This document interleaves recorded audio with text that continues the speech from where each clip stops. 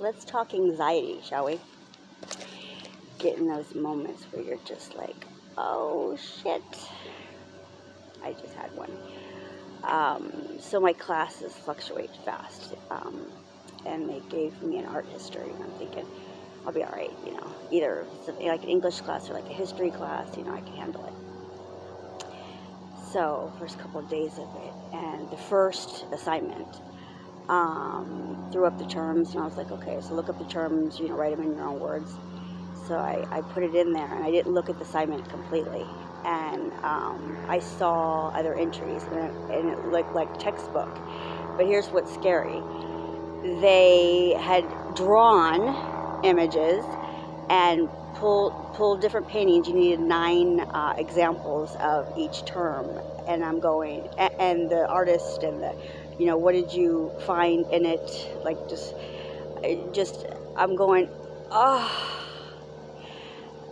add water to my weakness. Not one of my strengths. I thought, I have so much respect for Tatiana right now. This class would be great for her.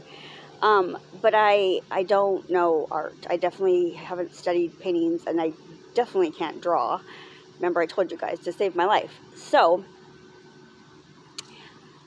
terrified. I start thinking fast. I'm going, okay, I can reach out to a tutor. I can talk to the advisor. I did both, and I'm thinking, after talking to the advisor, yeah, she said, well, I mean, the writing is really what they help you with. They can't really help you with. And then I kind of was like, again, rejecting, what God was telling me last night. And I went, oh, I know what I could do. I can call my best friend. She's in recovery and in school too. So I called her, and she was driving upon speaker. And sure enough, she said, oh yeah, what's your shark? I said, art history. I said, I'm terrified.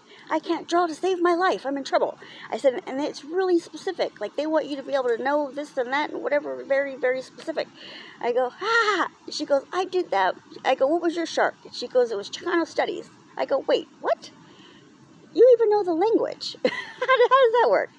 She was crunched into, short weeks. And she was like, that was my moment. I'm like, oh, okay. So I'm normal. She goes, very normal, very healthy. We all have that. It's true. We do. I mean, anxiety is very real. And don't think for a moment, I don't have it all the time. I'm going to give you guys an assignment, okay? I want you to do it, and then I want you to comment back and message me and let me know how you did, okay? The number one thing that you have to tackle in life to accomplish anything, and I mean, you got to go after it. You can't be like, give me, and things come to you. You got to go after it, right? And it's like you can't, be in that chasing energy, that needy. It's got to be bold and brave and just get on it, right? Just go after it. Whatever it is you want. So the number one, because there's 5 self-sabotage things that I found, and the number one thing is vulnerability. So the assignment is, I want you guys to step out of your comfort zone. It's called a vulnerability challenge, okay? I want you to go to either like a Home Depot or like a Walmart, get your cell phone out, put on a song, and just break out and dance, okay, in the aisle or whatever. Make sure you let people see you, whatever. It's, stop caring about what people think about you. Your frame, you got to be in your frame, your identity. Remember who you are. Remember, it is what you feel, what you think, what you like, right? So, anyway, it's tackling that, vulnerability is the biggest thing, because my realization is, the universe is changing regardless. If you let go or not, the universe is changing. It's going to keep changing. You have to make a choice. Different people, have different tactics. And ultimately, I would like to think most people have the same goal, require for themselves results. So I choose to have a positive effect on people. Opinions, stop letting them matter so much. The truth is always, most important. But if you don't know who you are, you can't very well tell someone else who you are. So when someone's saying they want the truth, you got to know the truth yourself.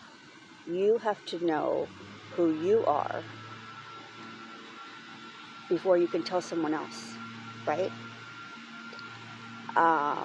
Letting go of the past. You know, you can't be like, well, this happened and that happened and that happened, because if you stay in that energy, you don't go anywhere. It's kind of like, think about a hamster. You know, in a hamster cage, how they don't stay still. You know, they fluff and they fluff and they fluff in their fluff, you know, and they spin on their wheel and they're just, you know, they can't stay still. But the moment a hamster gets out the cage, what does it do? It takes off, right? So I think it's similar to like circle of insanity, right? You do the same thing over and over, expecting the same result. You gotta, you know, if you want to think of yourself as a hamster, get out and take off, and you know, don't go back. Don't stay in that energy. You know, it's not productive. I realized I gotta stop sacrificing myself for others. Get out of the energy of worrying so much about what someone else thinks, or you know, their opinion of me. You know, I learned to get into my own frame. You know, go after my purpose, go after my vision. Trust God, trust myself, not to get stuck in my own head. You know, stop abandoning myself for other people. So, but yeah, it takes a lot to step out of your, you know, comfort zone. And maybe taking on a new project, take on a new hobby. You know, I thought it was funny. What was it? It was like an underwater basket weaving class or something I saw, and I go, really? To each his own. That's probably just not what I might be interested in doing right now. Maybe later.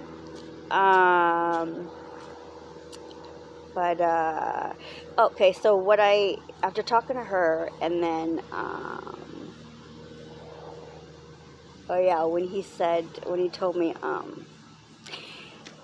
his messages are getting better and better. He said, you got to understand, you humans are like this. He goes, and I'm like this. He goes, you need to tell your people, stop telling God how big your problems are. Start telling your problems how big God is. And I remember that, you know, talk he gave me about, you know, give yourself some credit. Don't take anything on. And I thought, you know, I don't really have to, like, go through this. Let me call my advisor and see, like, what other options there are. Luckily, there's, like, you know, 13 or 20 other options. And she was like, well, you could learn another language. And then she was like, let me look. And then she was like, music. And then she said, what about, like, a seminar speaking or a critical thinking class? I went, Alex Trebek, I'll take that for $500. Yeah, please switch me. That will be far more, you know, beneficial for what I'm doing. I don't want to overwhelm myself, and you know, these people are clearly, you know, respectfully artists, and that class is for them. So anyway, oops, my pages are running away from me.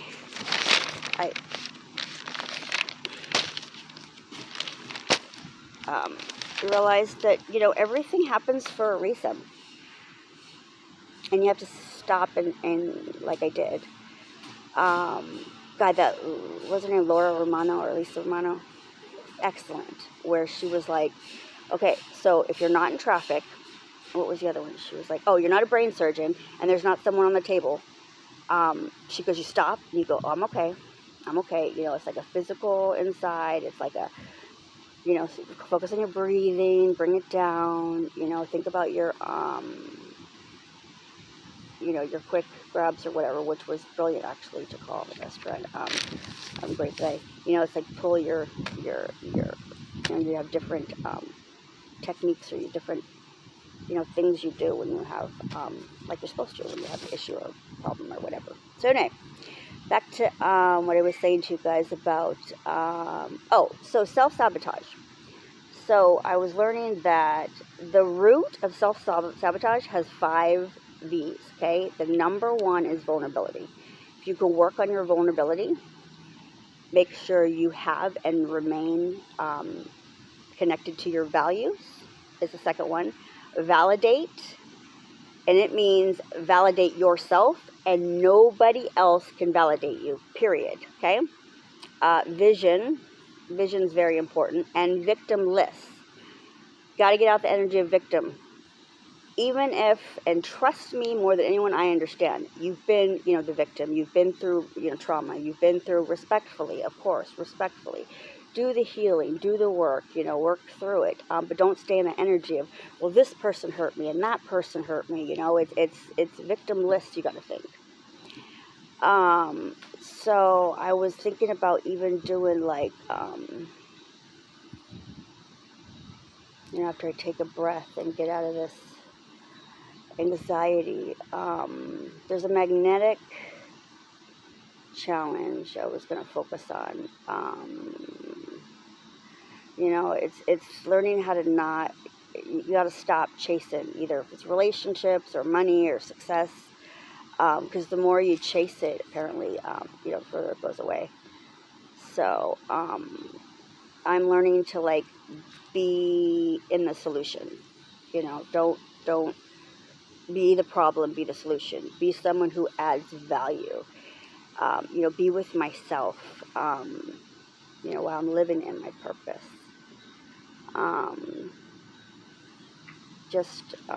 You gotta figure out your frequency and your vibration. The right one that will sustain you and energize you will arrive and remain. So, just breathing today and reflecting and taking in, this situation and knowing that, he's right. Sometimes I'm gonna, have those moments, but as long as we, feel our feelings, but process and release. So I realize I don't have to quite take on that. Sometimes, you can back out of something, like a class. It's not like I'm going to get in the energy of, well, let me just keep dropping out of classes or keep changing my classes. But, if you reach something where it's like, is this going to benefit me or is this going to, water my weakness? I like that one. I'll write that down. I came up with that. Don't water your weakness.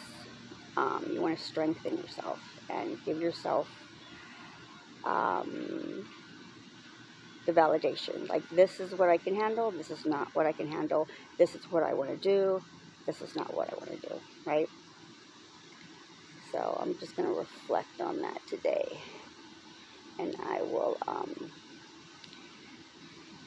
talk to you guys later. Have a good day. Bye.